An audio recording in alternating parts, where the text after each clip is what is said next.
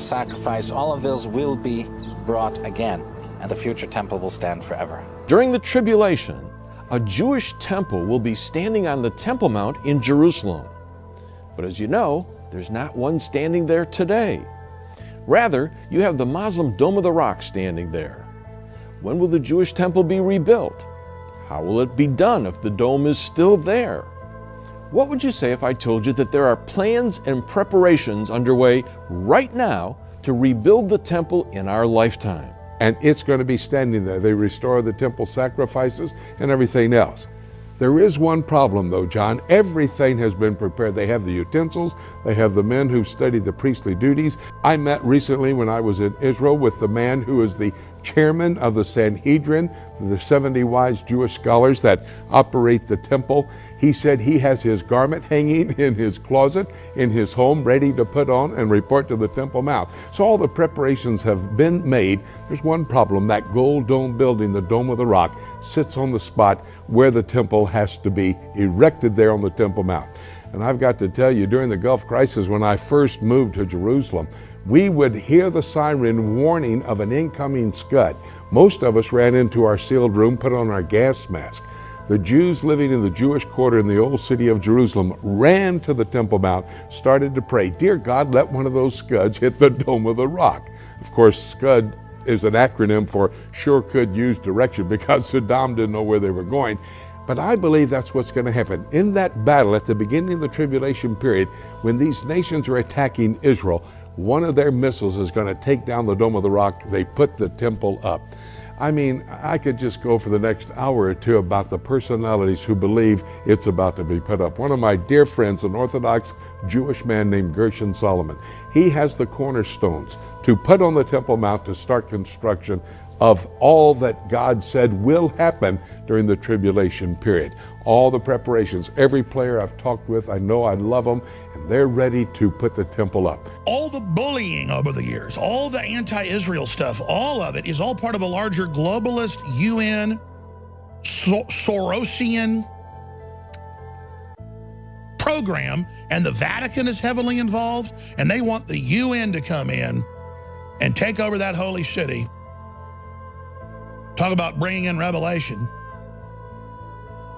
You know, maybe I just don't want revelation to come in that quick. I got a 1-year-old daughter. I got 3 other children I love. Maybe I just don't like seeing it fulfilled, to have the Babylon whore and the false prophet in control of Jerusalem.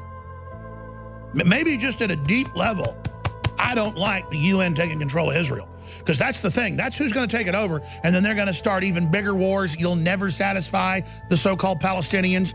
The Arab countries won't take one of them. What does that tell you? Because everywhere you take them in, they try to overthrow you. It's what they do. And you know what they do to holy sites? They blow each other's holy sites up. So you let unfettered Islamic takeover happen in Jerusalem, guaranteed within 1 year, Dome of the Rock, all of it is going to get blown sky high. Because that's especially what the Wahhabis do. David Friedman was presented with a photograph of one of the most sacred places in Jerusalem. But the image had been altered to show the Jewish third temple on the site where the Islamic Al-Aqsa Mosque and the Dome of the Rock are currently situated. The third temple is a biblical reference to a new place of worship to replace an ancient one which was destroyed. The US embassies asked for an apology, saying the envoy was unaware that he was being given a doctored picture.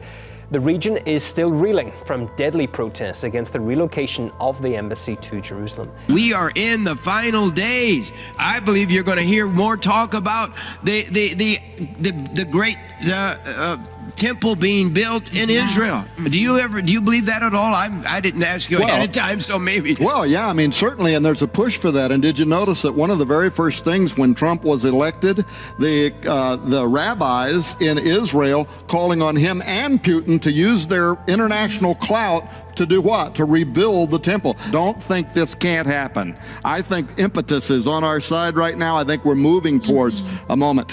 And the rabbis over there, some of what the mystical rabbis are saying is very, very curious right now.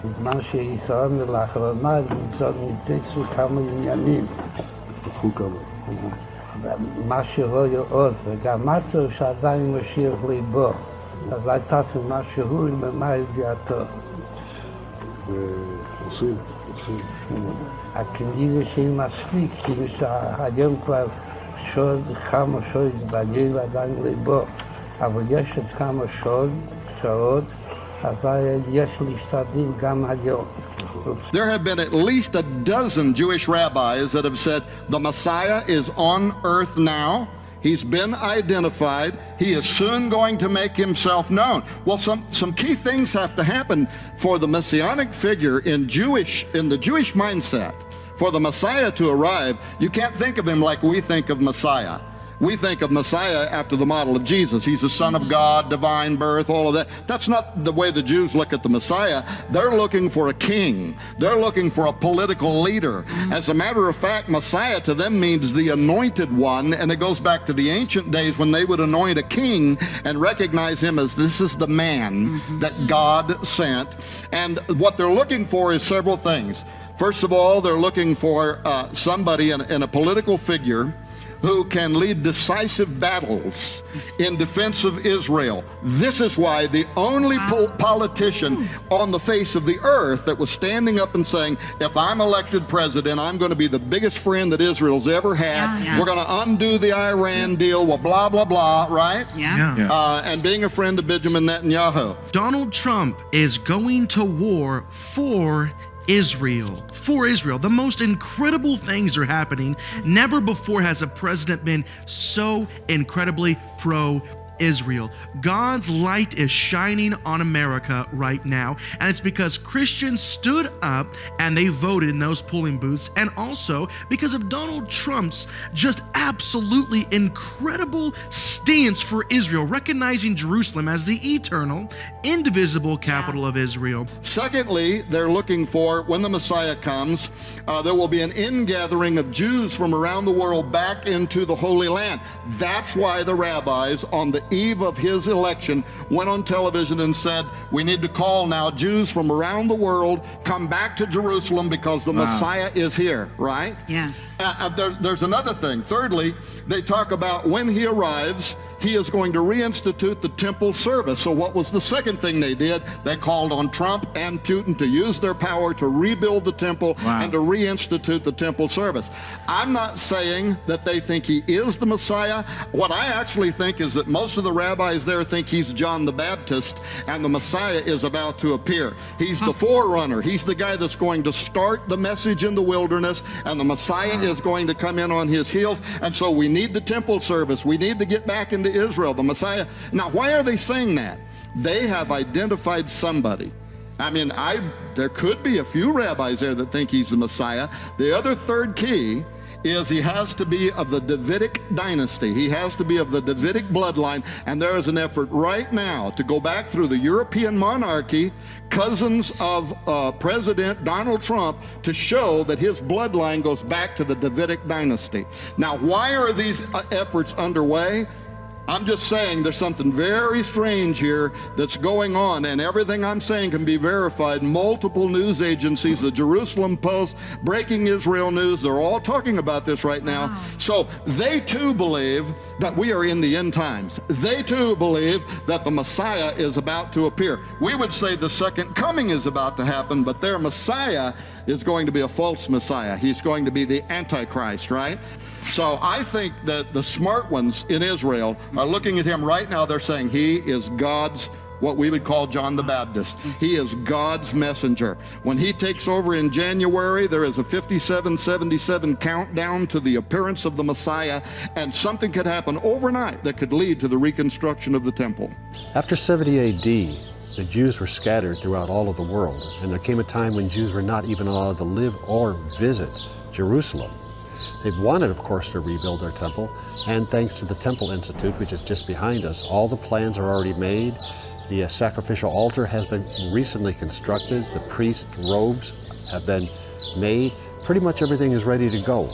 Robert, help us understand, why is it so important to the Jewish religion to rebuild their temple? What is the significance of the temple to them? Well, Chris, there's many important reasons, but the primary reason, the number one reason, is the Jewish people do not believe Their Messiah will arrive until that temple is rebuilt. There's a rumor afoot that the Jewish people, the Israelis, are planning to rebuild the temple, or at least there's a move among them that people want to rebuild the temple. Now, there is no temple, but there are people who want to rebuild the temple. Every day, 3 times a day, Jews recite this prayer. May it be your will that the temple be speedily rebuilt in our own time. It's a prayer they prayed for almost 2,000 years. But Jews here in Jerusalem are doing more than just praying. Just a few steps away from the Western Wall, rabbis and craftsmen are building what they call a temple in waiting. We're supposed to build a temple, and nothing about that changed. Nothing about that commandment changed. Chaim Richman is a director at the Temple Institute in Jerusalem. The Temple Institute is actively engaged in research and preparation for the resumption of the service in the Holy Temple, to the extent of actually preparing operational blueprints for the construction of the temple according to the most modern standards. This menorah is just one of several vessels created for the next temple. It's covered with 95 pounds of pure gold and has a price tag of $2 million. Piece by piece, the third temple is taking shape, with priest garments, vessels of copper, gold, and silver, and a new generation of Levite priests, specially trained for temple service. We have enough in place now to resume the divine service and to build the temple. But obviously, a lot of things have to happen in order for this to happen. Richman isn't the only one who's ready to rebuild. You actually have blueprints, architectural drawings for the third temple? 3,000 years after King Solomon built the first Jewish temple, another Solomon is laying the foundations for the third.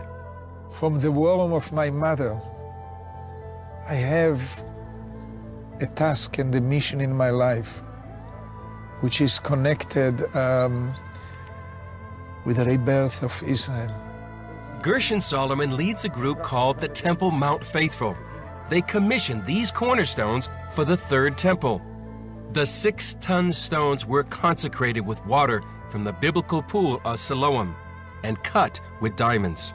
By the rivers of Babylon, we wept as we remembered Zion. If I forget thee, O Jerusalem, may my right hand forget its skill. The miraculous rebirth of our nation. And we look ahead with pride to the remarkable contributions Israel will continue to make to all nations.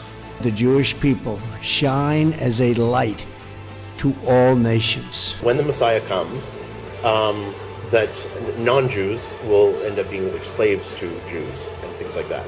Is that part of, like, where does that come from? What you're saying is correct. What you're saying is correct. And what does it mean? יעבדוך עמים. יעבדוך עמים. וישתחוו לחלומי. יעבדוך עמים. It says it, יעבדוך עמים. The lands will work for you. יעבדוך עמים. Do you believe that the Gentiles, the Goyim, will one day become the slaves of the Jews? So I believe it's part of the Torah. Okay. And they don't want the Jewish person to work. אתה חושב שהגויים יהיו עבדים של היהודים יום אחד? אמורים להיות. אוקיי, מה זאת אומרת? כאילו, אמורים להיות. לפי מה שכתוב בתורה, הגויים אמורים להיות העבדים שלנו. אוקיי. הרוב היהודי היה במשך כל השנים העם הכי נרדף. מצד שני, כשמשיח יבוא, הוא יהיה העם הכי נבחר אחרי כל מה שקרה במשך כל השנים. האם אתה מאמין שהגויים יהיו עבדים של היהודים יום אחד? כן, כתוב בתורה. אוקיי, ומה זה אומר? כן?